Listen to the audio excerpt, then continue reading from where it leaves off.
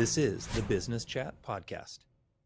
Welcome to the Business Chat. My guest today is Ryan James Miller. I'm really stoked to have this guy on. We had to go back and forth to get back and scheduled because of some fun Spectrum internet troubles, right, Ryan? It was awesome. Yep. Just a total drop off last week. It gave us a little more time, as it always does. We did not want more time, but we're stoked we're together now to get our notes together to talk a little more. And I'm just stoked that we're able to make the time, man. It's really fun to been following you on LinkedIn, and welcome to the show. No, thanks, man. I appreciate being here. And I through it all, every challenge, every whatever, it all gets to the place of where we're supposed to be. And so I'm sure we'll have some fun conversation. Oh, yes, absolutely. Well, you're on the Industry Experts series here. How does that, when my producer and I looked around and he was like, what about somebody in sales? I didn't even skip a beat. So in my mind, friend, if that matters, if that's worth anything, I went, if I'm thinking of the sales pro, I'm thinking Ryan James Miller. So here you are. It is humbling. Thank you so much.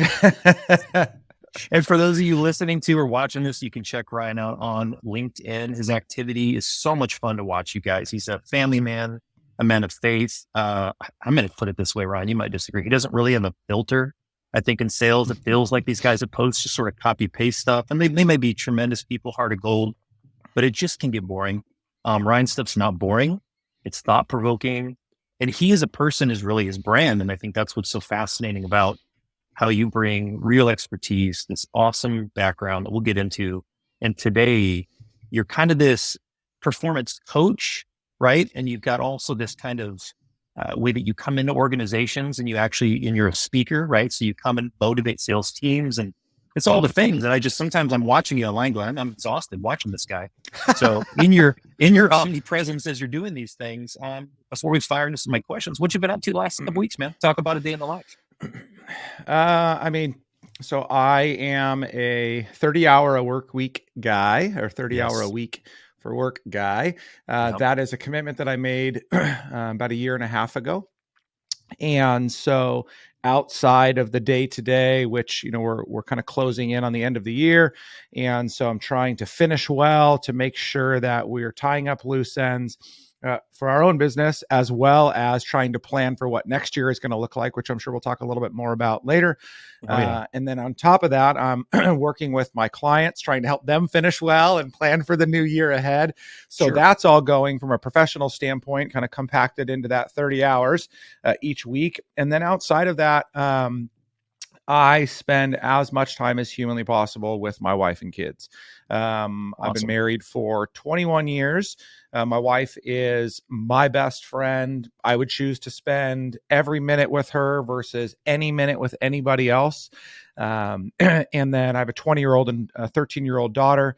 And so the fact that both of them enjoy being around us means that I want to be around them as much as possible because time is limited there. And so we've been spending a lot of time out at the lake. We have a boat. And so we boat out on Lake Havasu in Arizona. And so we've done quite a bit of that. We've had some fun trips. Cool. My wife and I went up to Lake Tahoe with some friends to a concert to see Luke Combs a couple weeks ago. And awesome. We're just kind of running all over the place. And I joked this morning with a buddy of mine. I said, sometimes I think I need a vacation from my weekends, but I wouldn't trade it for the world. So I'm just super fortunate to be in the place I am. Spoken like an entrepreneur, a married guy.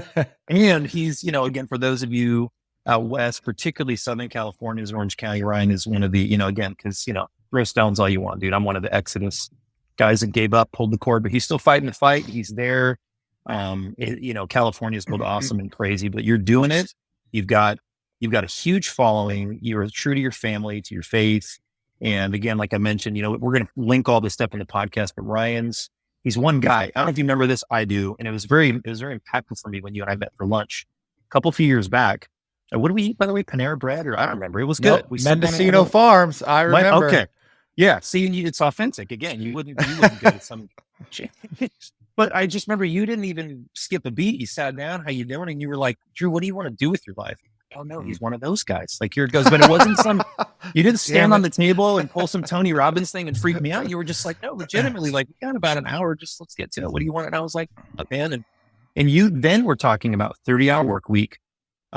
This idea that work doesn't need to dominate who you are, that why are weekends too? And we got, we had a good exchange about this European kind of 30-day work week, this 4-day weekend, and just how you kind of were somewhere in the middle going, I think we became, made an idol out of money and chase it. And on we went. It was just really neat. So I feel like this interview is a long time coming in the sense that we only got to kind of get acquainted, stay connected on LinkedIn. Here I've got this platform now where I really want to share with all my listeners and followers, millions, by the way, tens of millions. But Perfect. A growing curated group about, again, your industry expertise as a salesperson. And today I think everyone's most interested in what I've kind of seeded out there, which is this idea of a sales playbook, a plan, having any semblance of how you can survive turnover of a sales organization, how you can pass the torch, have consistency and able to forecast. And I live in that world a little myself. Before we get into that though, as I mentioned, our little shtick around here is to raise a glass to some local or some not so local drinks. So Ryan, what are you drinking today, my friend? I am proud to be drinking my FNX post-workout protein. So I was joking with you and I said, I just got done in the gym. It's something I do every morning. And so I thought, there was nothing more fitting than to throw in this amazing glass. I mean, it is so good. My post-workout protein, it's so good. So I'm pumped, man. FNX protein. And you said it's a water beverage. That's not in your coffee or it's okay. Yeah, no, I mean, people throw it in water. Sometimes you can do it in almond milk for a little bit, a little bit more thickness, but I just toss my powder in there. It tastes good. It's peanut butter chocolate. I'm a peanut butter chocolate guy. So great flavor, good protein. It's clean. Awesome. So yeah, I dig it.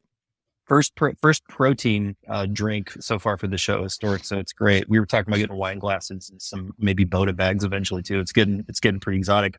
I've got the Screamin' Pumpkin from Griffin Claw in Birmingham, Michigan. I was mentioning to you, not typically my thing. So Griffin Claw, good job on a not so papery, pumpkin in your face kind of deal, but definitely fitting for the season. So with your little branded element to the screen, let's do the virtual cheers. Cheers, my friend. Thanks for being on the show.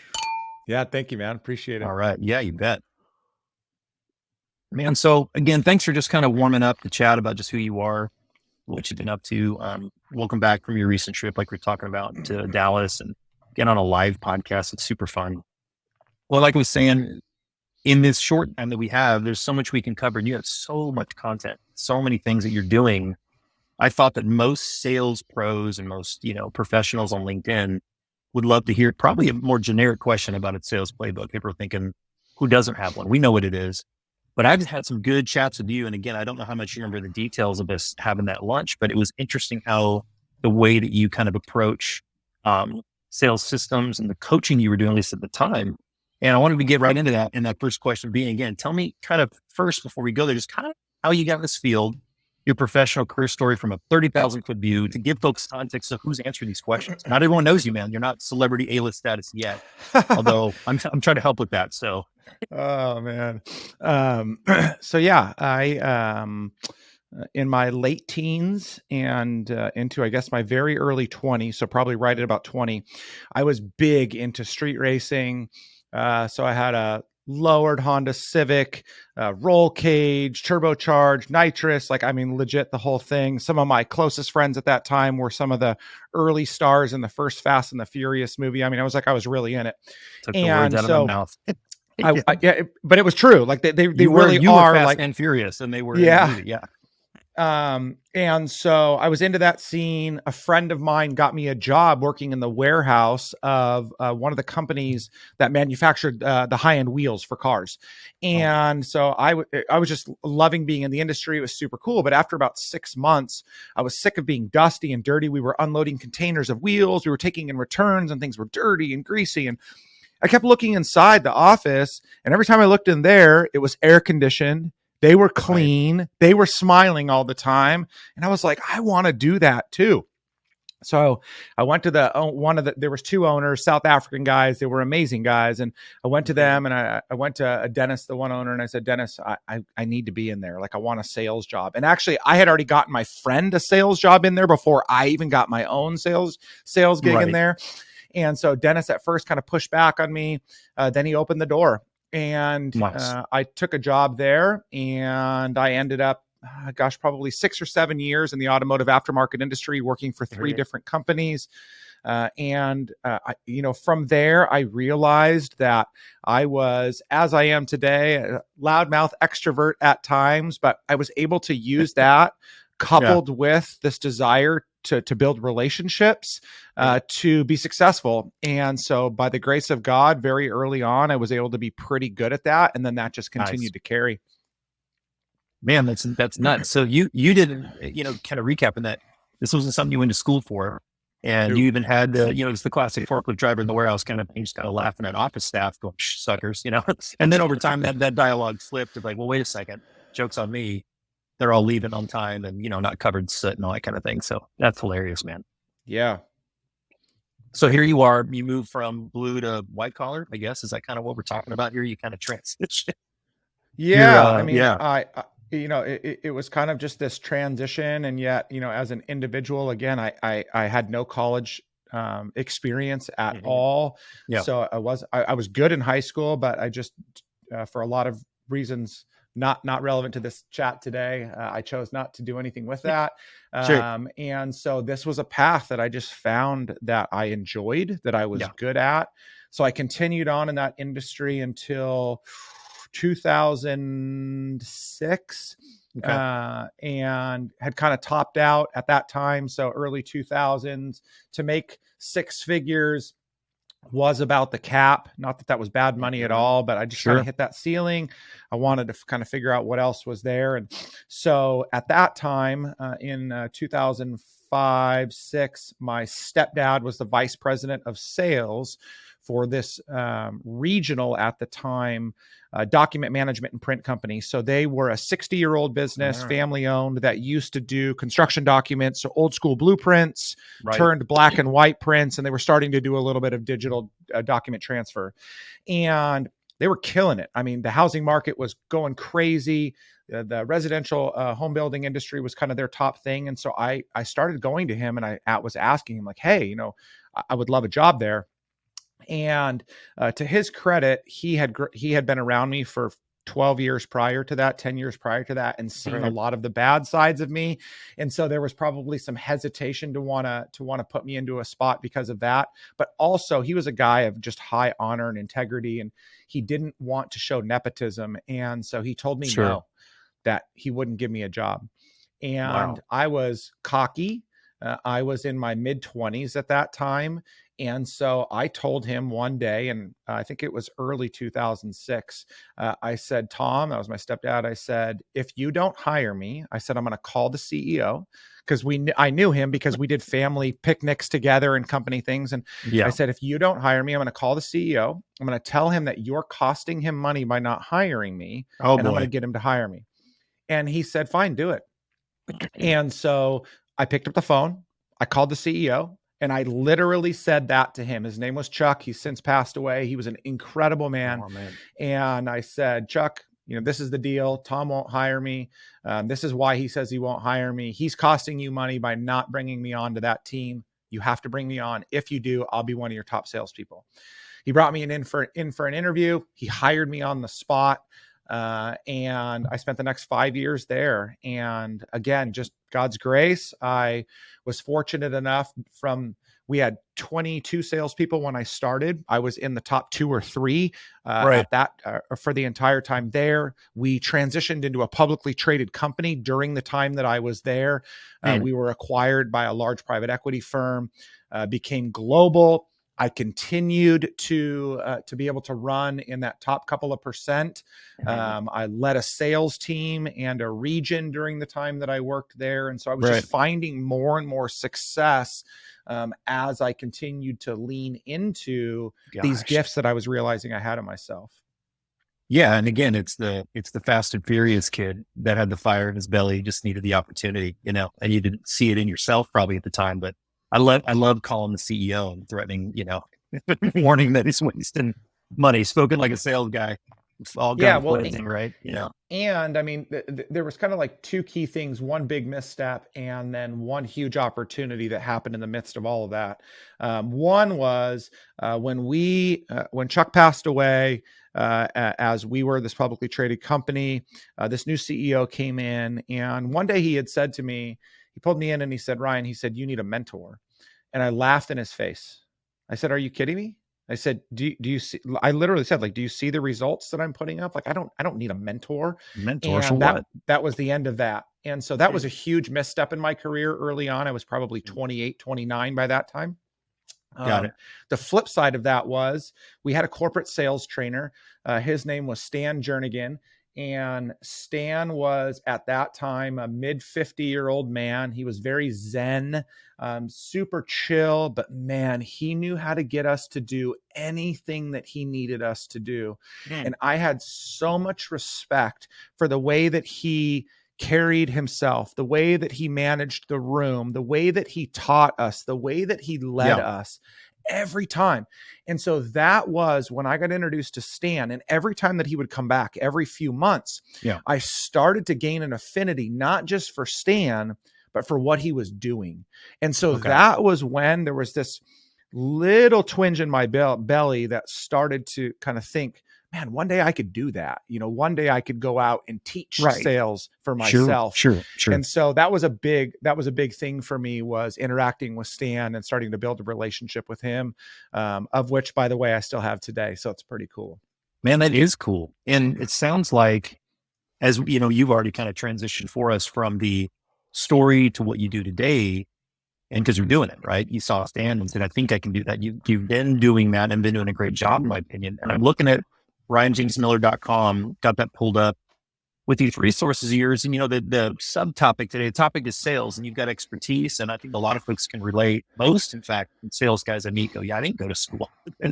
Or I landed in this because I was really good at, I was a closer. Didn't know that's what it was called. And they started pulling me into close, but I was developing sales. And it's a fascinating world few understand unless you've been in it. And it's all sometimes mischaracterized world of salespeople. I come in and close. I'm less good at prospecting, et cetera. And as we're talking about sales playbooks, what I found, and before we sat down for this chat, was that definition can just be, you know, a Grand Canyon wide vision people have. Like playbooks for some turns into a guide, for others it's step by step. Literally Ryan telling his team or another team, this is how to work. But Ryan, I got, you know, just kind of a sub question, do sales playbooks, and take it from here.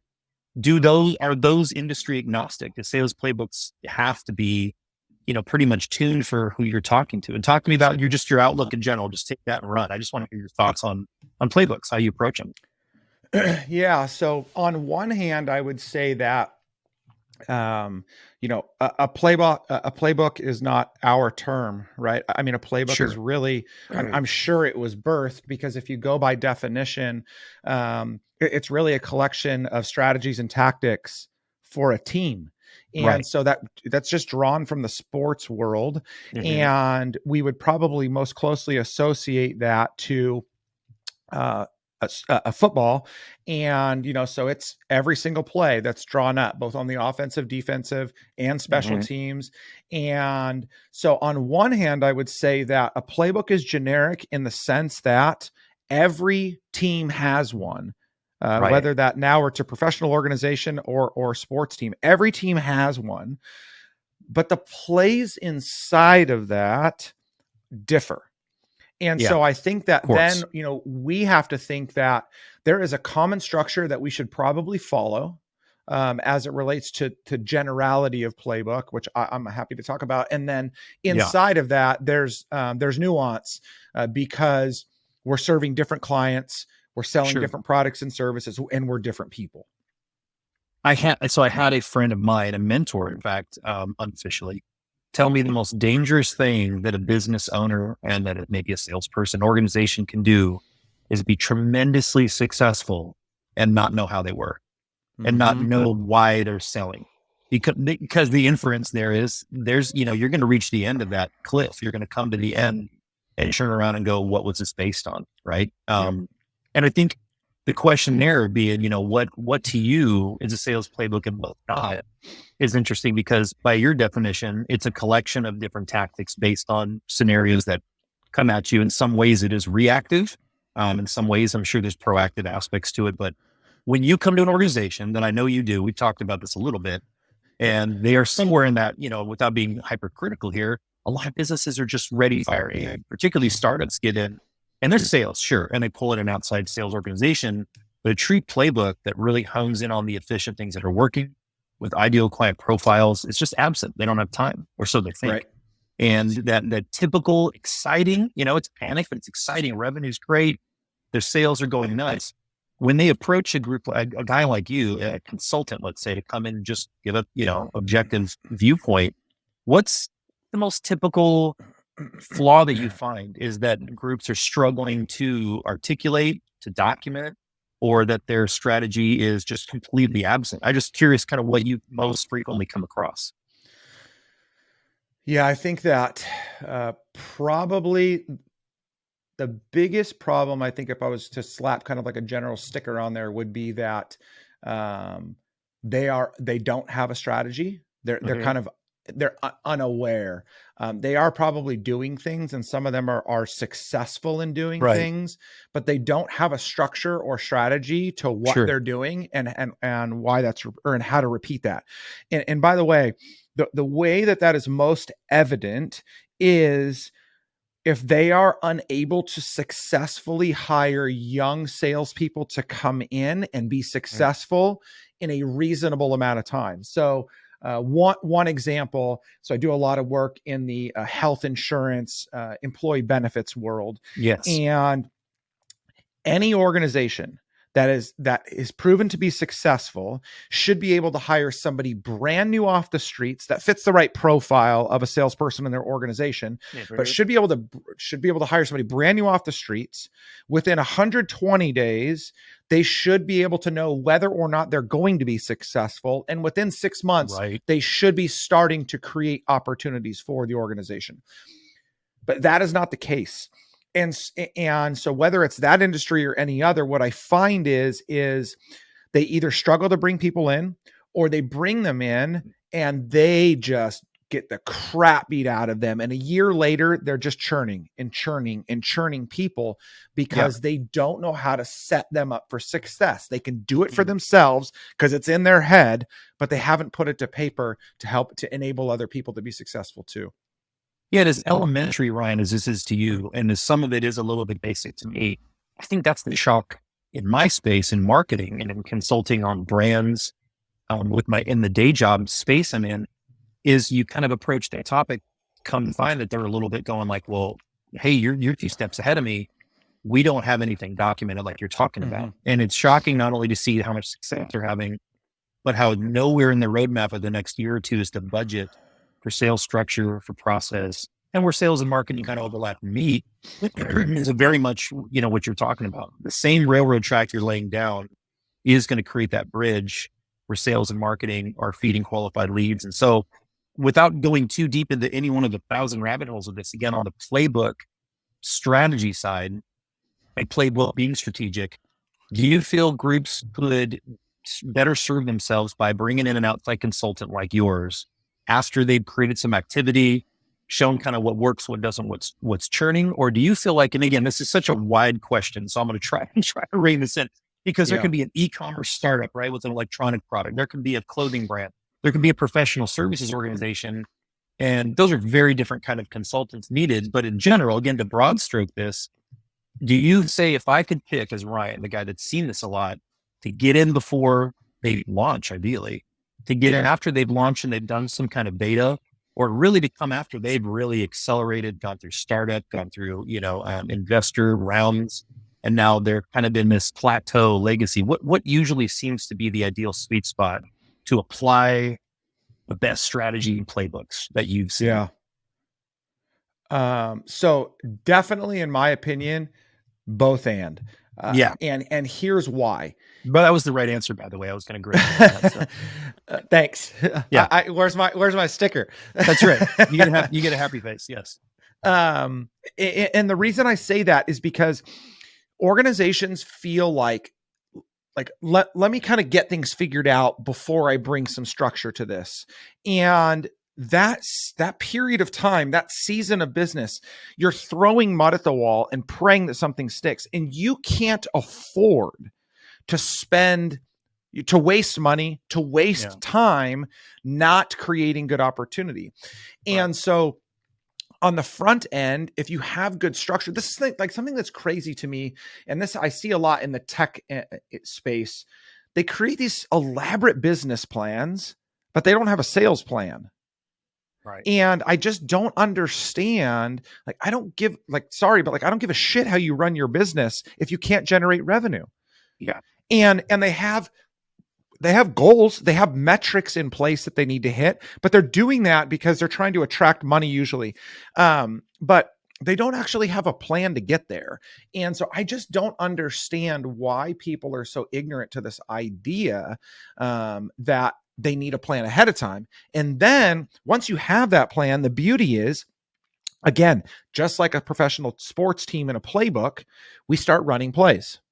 Yeah. And we start to gain feedback from the market, feedback from our own organization. And we say, oh, we need to make some tweaks here. Or when something's not working, instead of guessing, we go back to the playbook, we look at it and say, okay, we did this. Oh, we didn't do this the way that we should have. This is the tweak we need to make.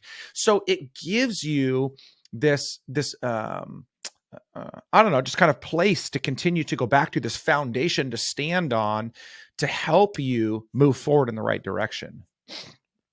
No, I think that's tremendous. And it's fascinating. Again, like I said, from what I see and you see, it sounds like the same story, that they have a business development plan in place and usually running when I'm encountering these groups, and it sounds like you as well. And you kind of interrupt the party by tapping someone on the shoulder and going, excuse me, I'm just curious what y'all plan to do to inject some sort of template, if you will, for salespersons that come on board later. In fact, what do your sales guys do now? And there's this look of confusion, like you said, especially in e-commerce, in technology. Hey, it's just, we put it up and, we built it and they come. And in some ways that can be, the worst thing, right? It's the guy that bet the trifecta at the horse race and wins the first time. It's like that might be the worst thing that ever happened to you, because good luck repeating that. And I guess that's the essence what I'm getting at today. We see so much in the general SMB, but I bring that down to say startup that are doing a lot of things right, by the way, great branding, wonderful product and service, a grasp on what sales is and closing and even some customer journey. But there really, again, is a playbook missing. And here's the input I want to drill in for. What I think a lot of sales pros are listening for your response is, when the guy, let's say my organization hires you and Ryan's just the rock star and everybody loves him and he closes every deal and he's 10 for 10, but you go, Drew, no offense, but I'm out. I got this offer at XYZ, and this is what every organization goes through. And they get, if they're lucky, a 2 weeks notice. And sales guys, even as you know, it's much busier than that even. But you've even grown on one of your executives, let's say being the sales guy, and he or she moves on. And now you're left with the proverbial Rolodex, their contacts. That's how that transaction worked out.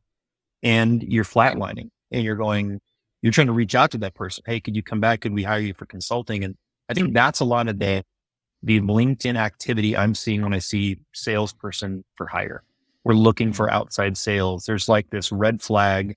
If you're too late for those organizations, would you say that's one of those circumstances? Not ideal, obviously, but that's where a lot of listeners are in today going, well, because I'll bring up, where's your sales playbook? What's your strategy guide look like? And they kind of again go, somebody said something about that, Drew, but do you know where that is, Diane? There's this I think somebody put that somewhere. I'm going, yeah, you don't have one, do you? So again, that's, I think, the platform or the plateau that folks reach, is they get up to a point where they go, we knew so-and-so could do it. They didn't document it. Should they in fact document it, or can we build from scratch and have somebody come in and kind of reverse engineer our success? Yeah. So before I answer that question, because it's really important, I do want to address the other one, which is the reason that most organizations have salespeople leave is because they don't have a plan for their salespeople. Well, yeah, and it feeds back into the loop, right? Yeah, exactly. Yeah, and most organizations make a serious mistake when they portray to their salespeople that glory is sales management. That is the biggest mistake.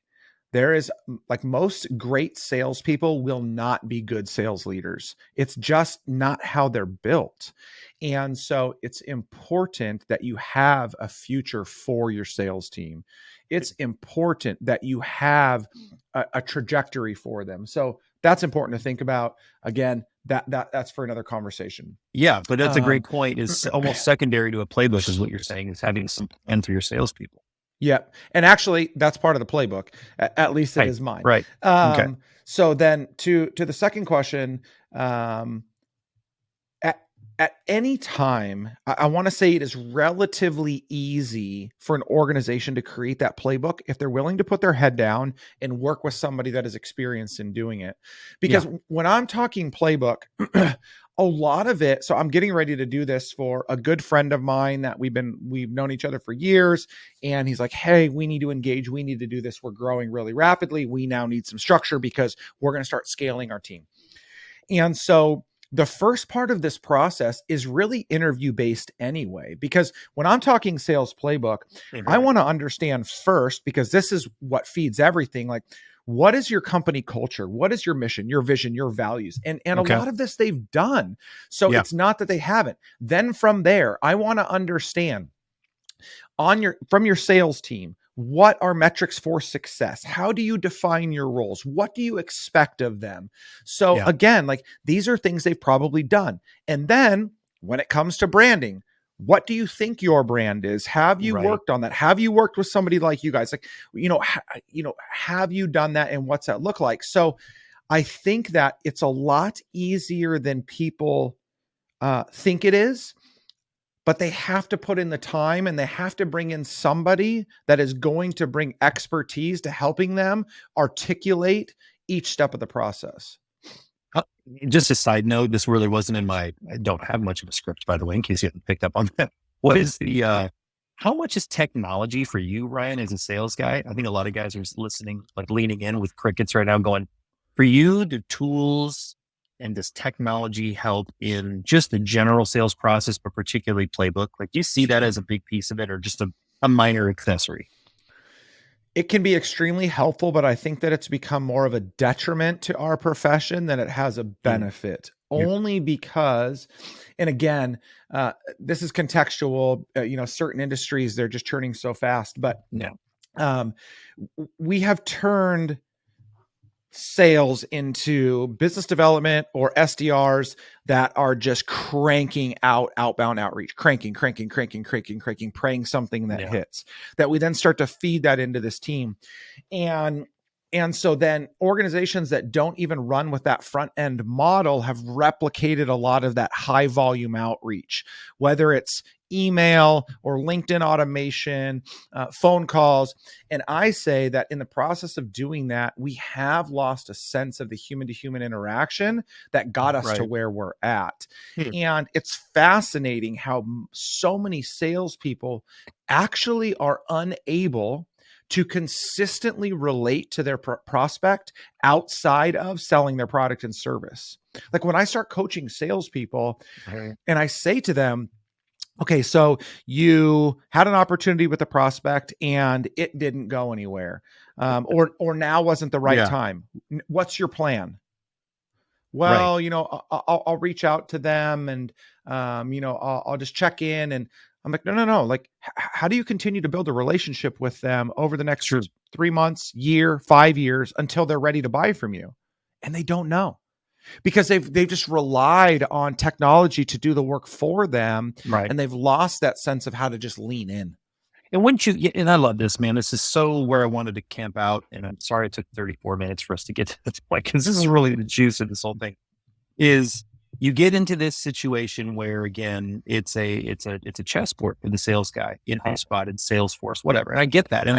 And living in some good automation, meaningful funnels and journeys that are built based on your tone and language and all the things. It's been crafted brilliantly. You're saying that still can be a crutch. And back up a bit, because you said something that's just fascinating. You said, if they can't relate to the prospect, is Ryan James Miller implying a guy selling, I'll use your background, that's Honda VTEC intake muffler, all the things, right, to be fast and furious. should and pretty much could that guy, do better by being in that industry or knowing how to relate to them? Talk about that a little bit, because that was a really neat point you made. Yeah.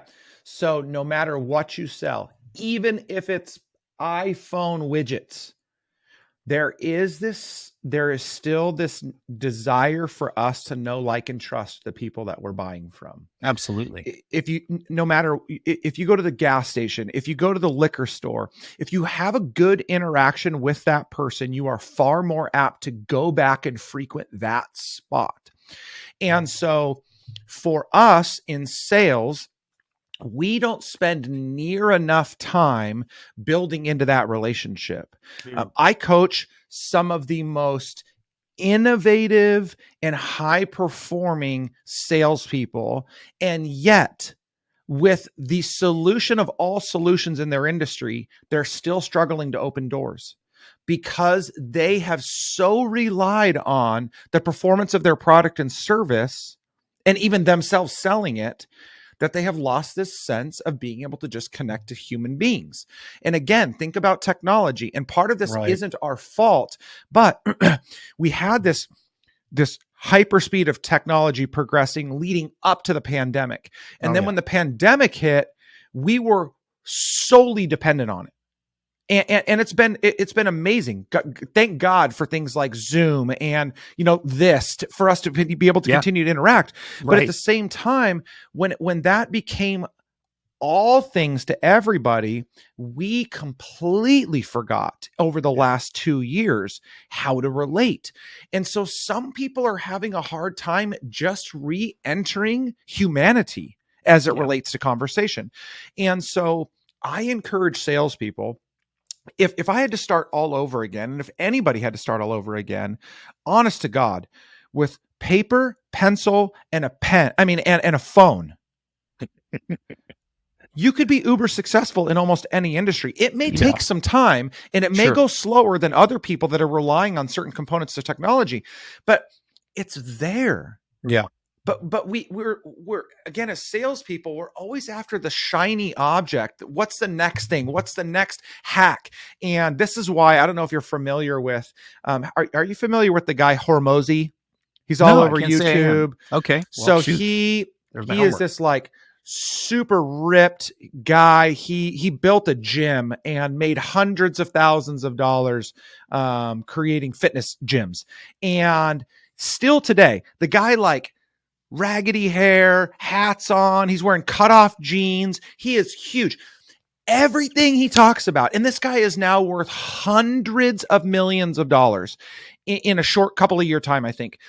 But everything he talks about is so simple. It's like, it's just go do the simple things. Just pick up the damn phone. Just have a conversation. Just build a relationship. Just listen. Just care. And that to me, again, that's what I'm trying to promote. This idea of authenticity and being authentic.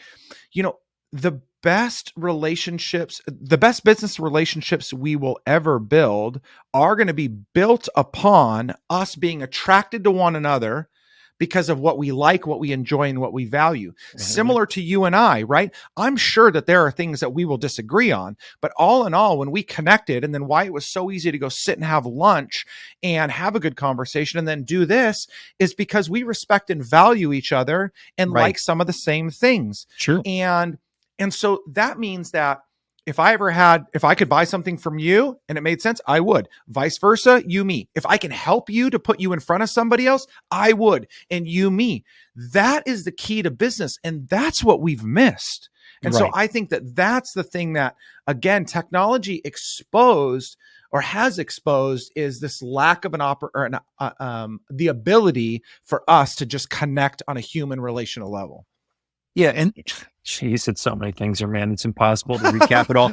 It's awesome, but though that's what the point of these, the business chat is my platform for you to be able to kind of give folks a glimpse at what you're doing and get some insight into a professional. But at the end of the day, if you did not catch what Ryan said, my little recap I've been taking notes is, a sales playbook is not technology.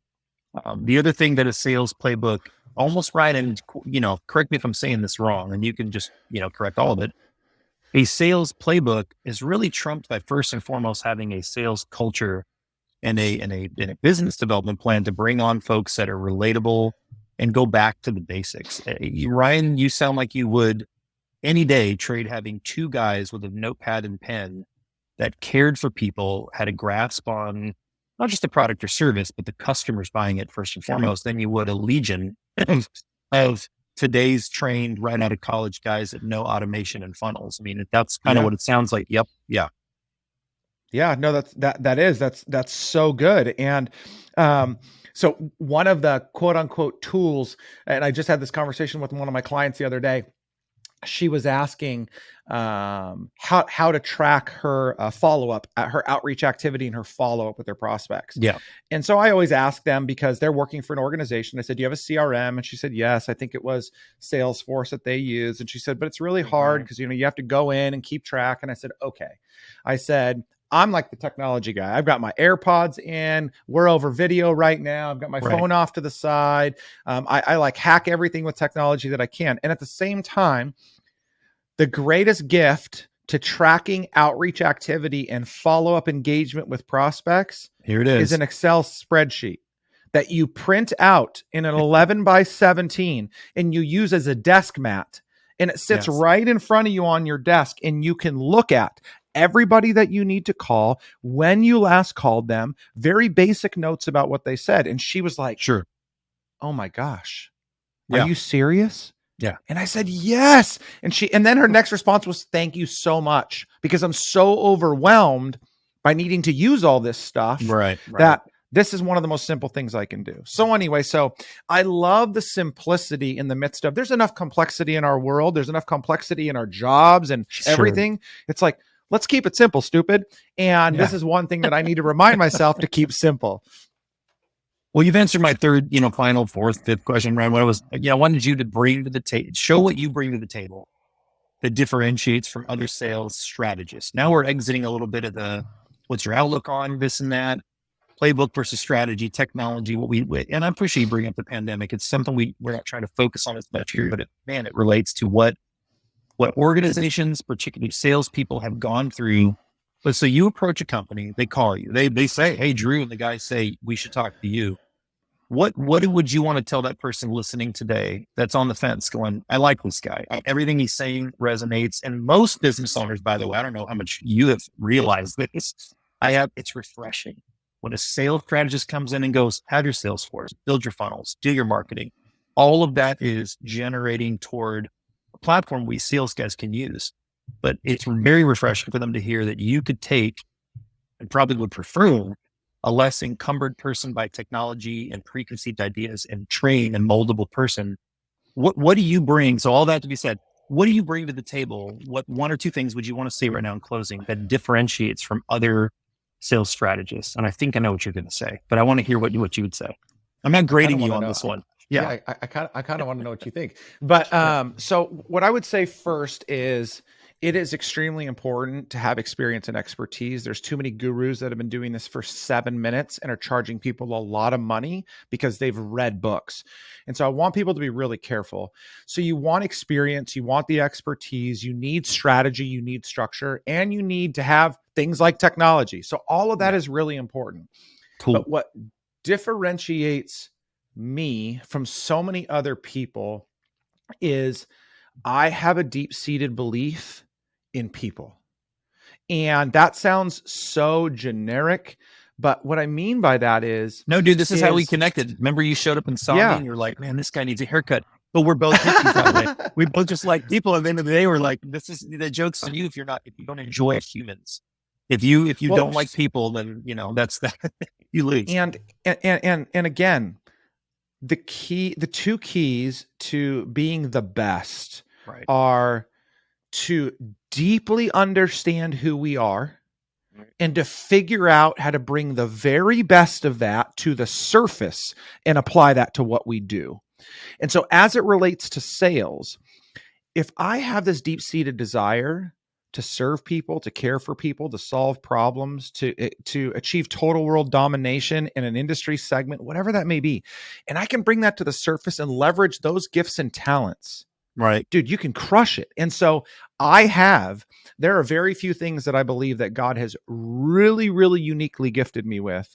And I believe that I have this ability to see inside of other people the things they cannot see inside of themselves, and then help those people draw those things to the surface and apply them to, in this case, the role of sales.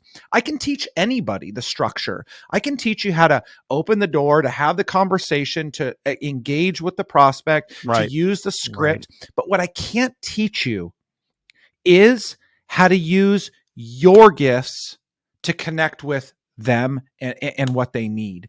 Gotcha. And so I'm just bringing those things to the surface and I'm helping them be applied. And that's where true magic happens. It's a home run. And, wrap up to this. I'm on your site again, Ryan, and as folks have been probably checking out some of your content that don't know you, I'm looking at your guide to the personal reflection, realization, reinforcement. Does that guide kind of touch on pretty much what we've been talking about in terms of drawing that out and the individual salesperson, all that kind of thing?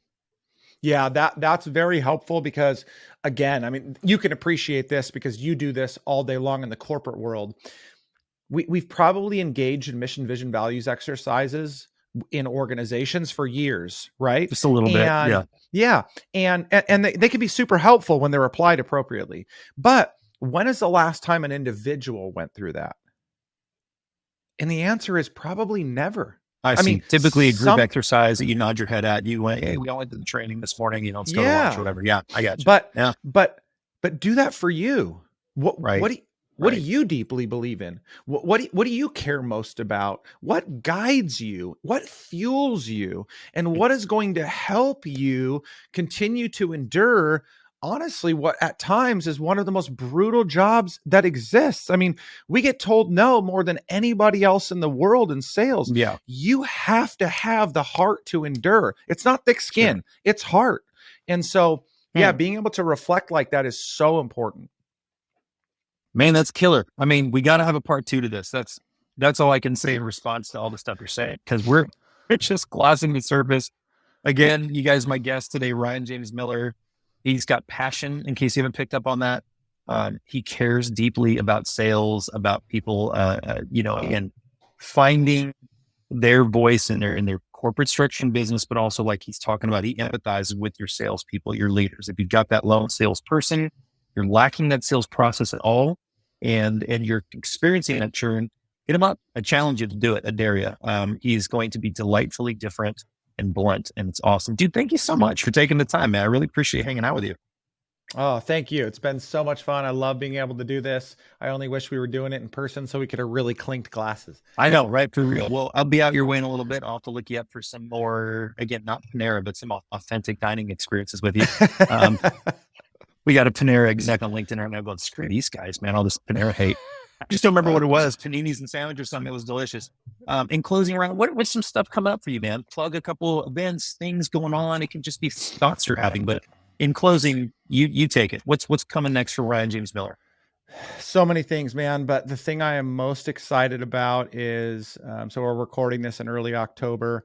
2 weeks ago, end of September, I just submitted my first manuscript or first draft of a book that I've been writing for the last year.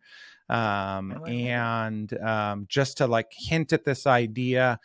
So as many people have experienced a lot of hurt, heartache, and tragedy in my life. And what I began to realize was those wounds were actually what allowed me to reveal my calling. And so I'm really excited to see that process through. The goal is to have it published March 28th, 2023, which would be my 45th birthday. And so we're working at that, and I'm really excited to be able to share that story with other people and enable other people to share theirs. Man. All right. Well, now you got me interested for sure. Well, we'll have to put something together to kick off the book's release. Best of luck with that. I mean, that can be an exercise and challenging, but also super fun. And, you find a lot about yourself and all that kind of thing. Ryan James Miller, again, guys, look him up on LinkedIn. I'm not going to list up all his .coms, but you definitely need to go to ryanjamesmiller.com. He does a lot of things. There's a lot of things you guys can follow and check out for sales coaching. Go to the site, at least download again those resources and connect with them on LinkedIn. This is a guy that truly will take the time and hear some of your pain. So again, Ryan, thanks for being on the show, man. All the best to you. We'll talk soon. All right. Thanks, Drew.